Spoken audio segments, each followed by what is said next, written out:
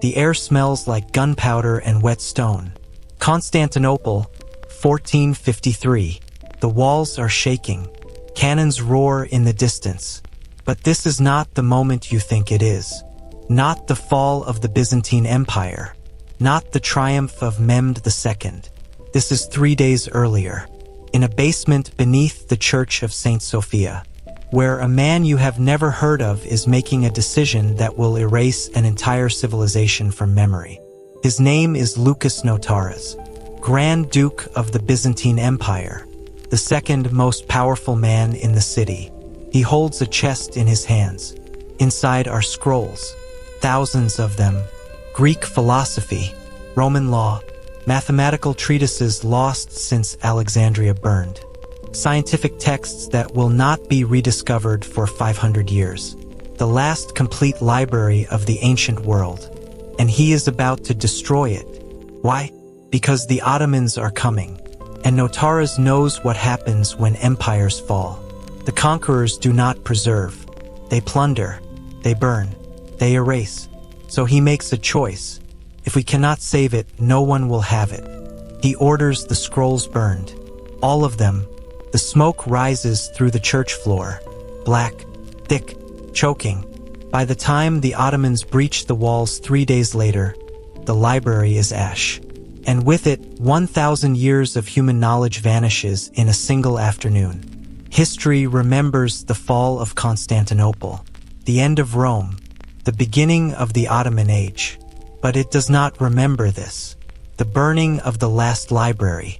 The man who chose oblivion over conquest. The moment when humanity lost more than a city.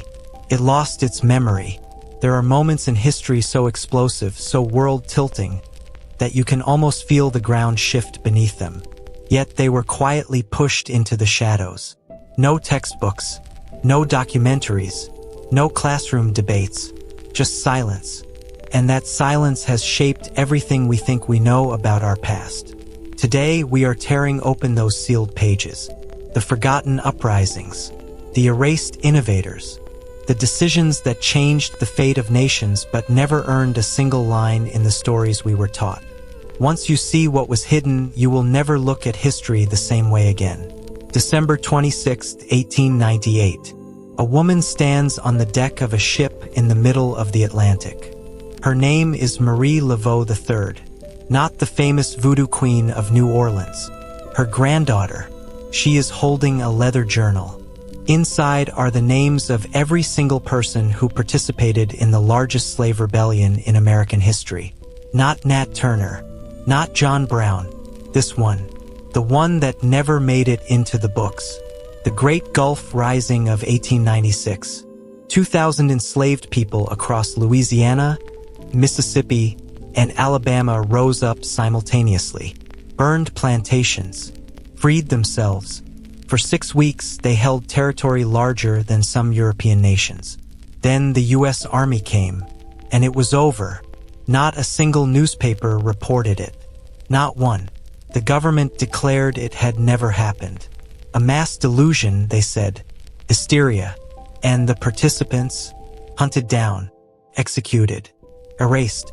Marie Laveau III spent 2 years documenting it. Names, dates, locations, testimonies from survivors.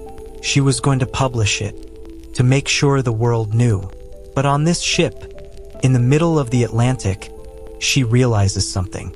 If she publishes this, everyone in that journal will be killed. Their families, their children. The rebellion may have failed, but the people survived. And survival, she decides, is more important than memory. She tears the pages out, one by one, and drops them into the ocean. By the time the ship docks in France, the journal is empty. She burns it in a Paris hotel room, and the Great Gulf Rising dies with her in 1924. No one speaks of it. No one writes of it. It simply ceases to exist. Except it did exist. Historians have found traces. Census records showing sudden population drops. Newspaper gaps where issues are missing. Military dispatches that reference suppressing an uprising but never name it. The rebellion was real. and it was deliberately erased. Not forgotten, erased. There is a difference. If you are drawn to the histories that were meant to stay buried, to the stories that someone decided you should never hear, subscribe. Because what comes next is darker still. Moscow, 1936. A photographer named Ivan Shagin is in a darkroom. He is holding a negative. The image shows a crowd. Thousands of people. Red square. They are not cheering. They are silent. Faces blank. Eyes empty. This is the day after Stalin announced the first show trials. The day the terror truly began. Shagin took this photo because he wanted to document it. The moment the soul of a nation died. But he knows he cannot develop it, cannot keep it. If the NKVD finds this, he will be shot. His family will be shot. The photo itself will be destroyed. So he does something else. He hides it. Not in his home. Not with friends. He hides it in the Kremlin. Inside the wall of a bathroom that is being renovated. He seals it behind fresh plaster. And he makes a map. A tiny coded map showing where it is.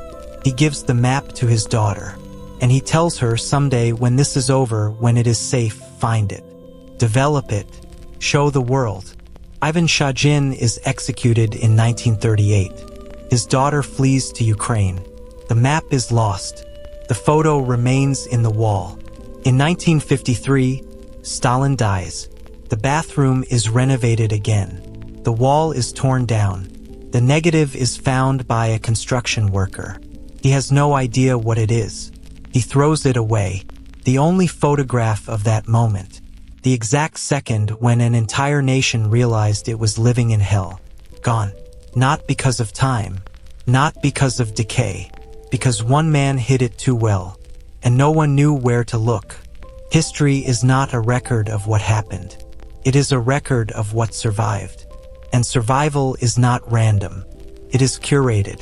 Someone decides what stays and what goes. What gets written down and what gets burned. What is remembered and what is erased. And the things that are erased are often the things that mattered most. Nanking, 1937. But not the massacre, you know. This is 6 months before. Before the Japanese army arrives. Before the atrocities.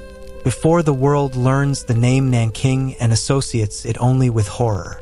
There is a university here, the Nanking Institute of Advanced Study. In it, 37 of the greatest minds in China, mathematicians, physicists, philosophers, they are working on something extraordinary, a unified theory of traditional Chinese medicine and modern biology, trying to prove that acupuncture, herbalism, energy meridians, all of it has a scientific foundation. And they are succeeding.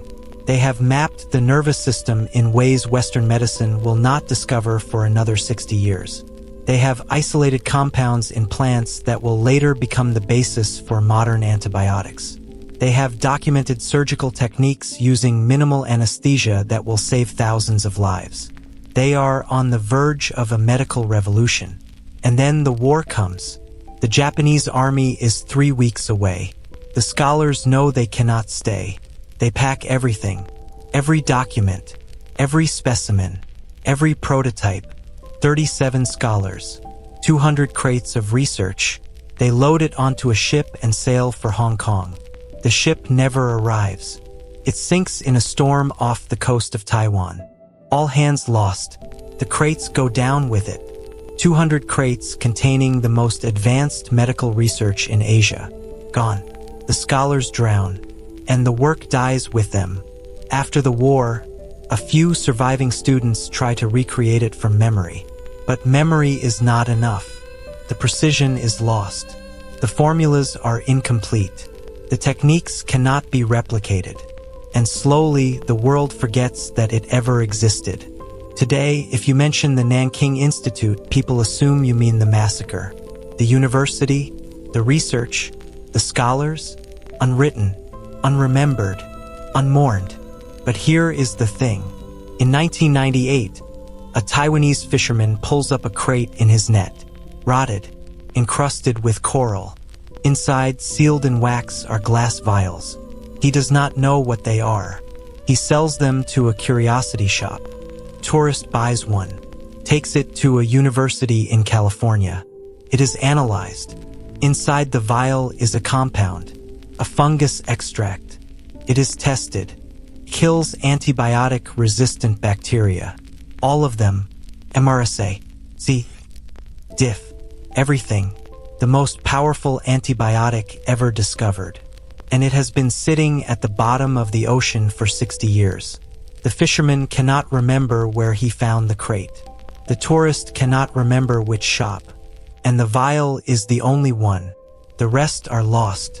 Somewhere off the coast of Taiwan, 199 crates are still sitting on the ocean floor, waiting, holding cures for diseases we have not yet named. And no one is looking for them. This is what the unwritten chapters look like. Not just forgotten, not just lost, deliberately obscured, and occasionally maddeningly glimpsed. If this is pulling you into places you did not know existed, places history pretended were never there, stay. Because the next one will change how you see power. Berlin, 1989. The wall is coming down. The world is watching. Crowds are celebrating. Hammers are swinging. Champagne is flowing. But in a bunker beneath East Berlin, something else is happening. The Stasi are shredding documents. For 3 days straight. Non-stop. Industrial shredders running 24 hours a day. 16,000 officers destroying 40 years of surveillance records. Files on 6 million people. 1/3 of the East German population. Every conversation, every relationship, every secret, every betrayal. They are shredding it because they know. If this gets out, if people see what was done to them, there will be blood. So they destroy it. Except they cannot destroy it fast enough. The shredders overheat. They jam. They break. Officers start burning documents in oil drums, in fireplaces, in the streets. But there is too much paper, too much evidence. And then the crowds arrive. They storm the Stasi headquarters. The officers flee, and the people find the rooms. Mountains of shredded paper, entire floors filled with confetti. And they realize, these are our lives, our secrets, our stolen words. And they start putting it back together. Takes 30 years. 30 years of volunteers, sitting in rooms, piecing together shredded documents by hand. They use computer algorithms, pattern matching, linguistic analysis, and slowly the files are reconstructed. Conversations reassemble, betrayals resurface, and people discover who informed on them. Husbands on wives, children on parents, best friends on each other. The entire social fabric of East Germany was a web of surveillance and betrayal. And it was almost erased. Almost. But because a few shredders jammed, because a few officers panicked and ran, the truth survived.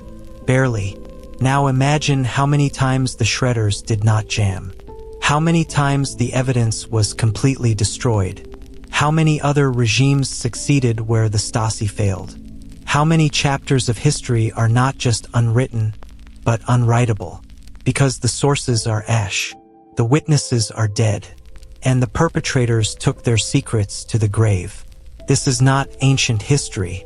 This is 40 years ago, and it almost vanished. Almost. Kigali, Rwanda, April 6, 1994. The genocide has not started yet, but it is hours away. A radio station, RTLM, has been broadcasting hate speech for months, dehumanizing the Tutsi population, calling them cockroaches, calling for extermination. The international community knows. The UN knows. Foreign governments know. And they do nothing. But one person acts. His name is Faustin Kagame, not related to Paul Kagame, just a radio technician. He works at RTLM. And he has been secretly recording everything. Every broadcast. Every vile word. He has been copying the tapes and hiding them. Because he knows. He knows what is coming. And he knows that when it is over, the killers will deny it. They will say it was spontaneous, tribal violence, inevitable. They will erase their own guilt. So Faustin records it. Proof, premeditation, conspiracy, murder by media. The genocide begins. 800,000 people are killed in 100 days. Faustin hides. He survives. And when the killing stops, he has 63 tapes.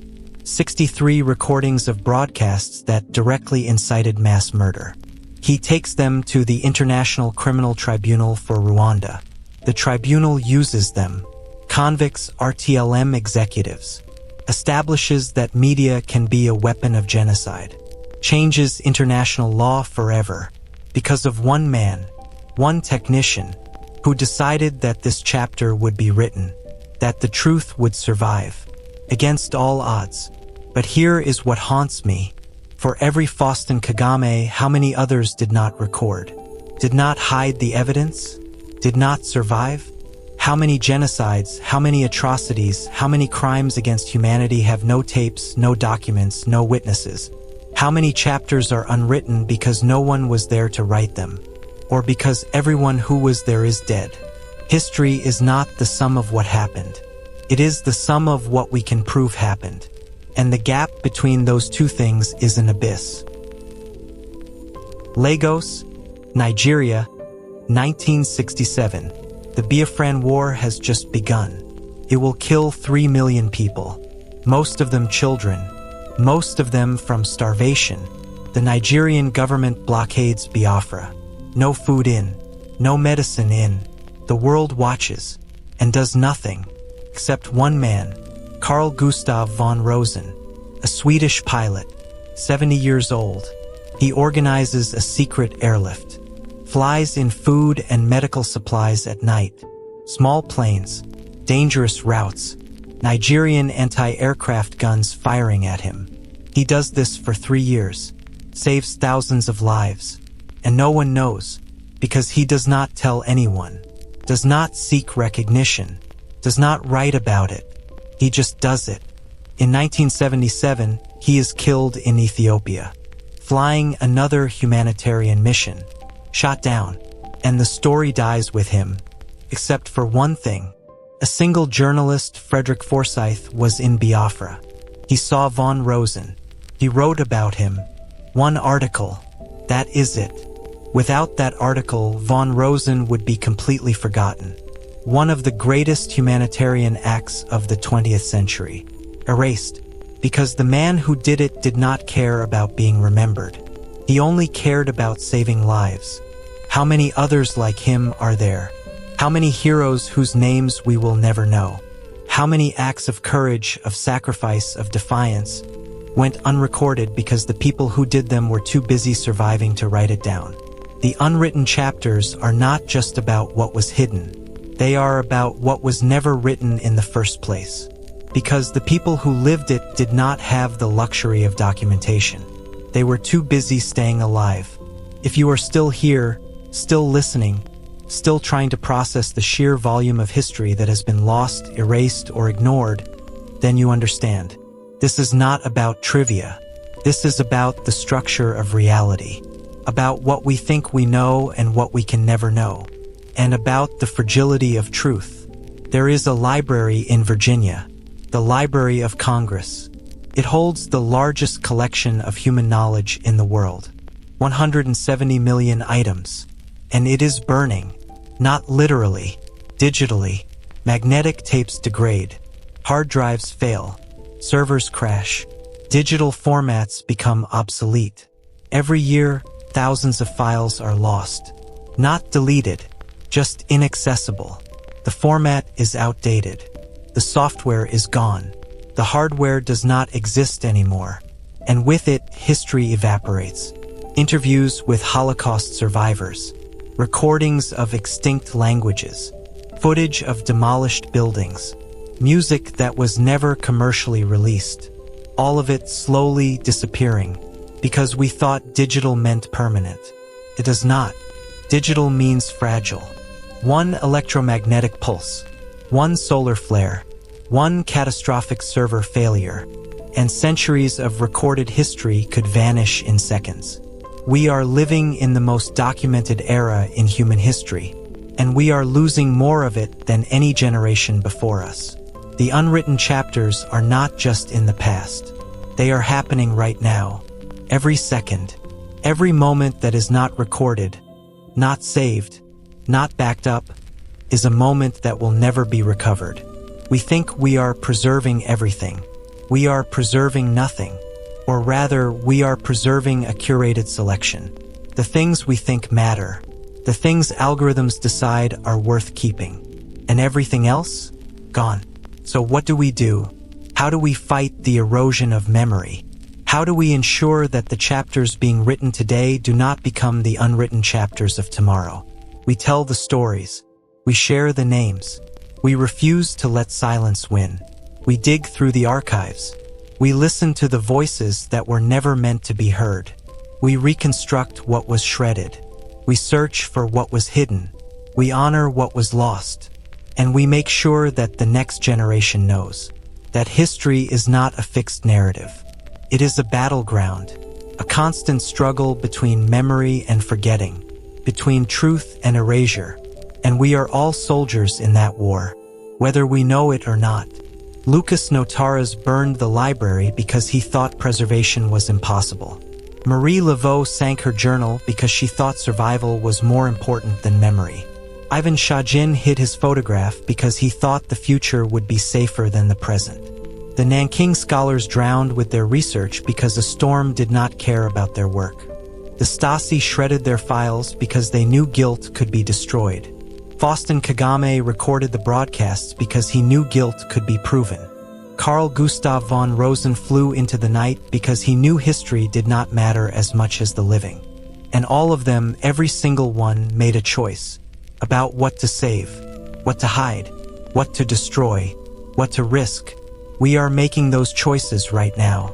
Every time we share a story, every time we ignore one, every time we decide what is worth remembering and what is not, we are writing history, or we are erasing it. There is no neutral ground. There is no passive observation. Every moment we live is a moment that will either be remembered or forgotten. And we decide which. The unwritten chapters are not a tragedy of the past. They are a warning for the future, that memory is not automatic, that history is not inevitable, that the truth does not preserve itself. It must be fought for, guarded, defended, against time, against power, against forgetting. And if we stop fighting, if we stop telling the stories, if we stop searching for what was hidden, then the unwritten chapters will outnumber the written ones. And the past will become a void, a silence, a grave with no marker. But if we keep searching, if we keep speaking, if we keep refusing to let the silence win, then maybe, just maybe, the next generation will have more chapters to read than we did, more voices to hear, more truths to know, and the weight of history will not be a burden. It will be a foundation, something solid, something real, something that cannot be shredded, or burned, or sunk, or erased. Because we chose to remember, we chose to write, we chose to fight for the stories that were never supposed to survive. And that choice, that defiance, that refusal to let the past disappear, is the only thing standing between us and oblivion. The only thing that makes us more than dust. The only thing that proves we were here, that we mattered, that we lived, and that our lives, our struggles, our truths will not be forgotten. Not by us, not by the future, not by history, because history is not what happened. History is what we refuse to let die.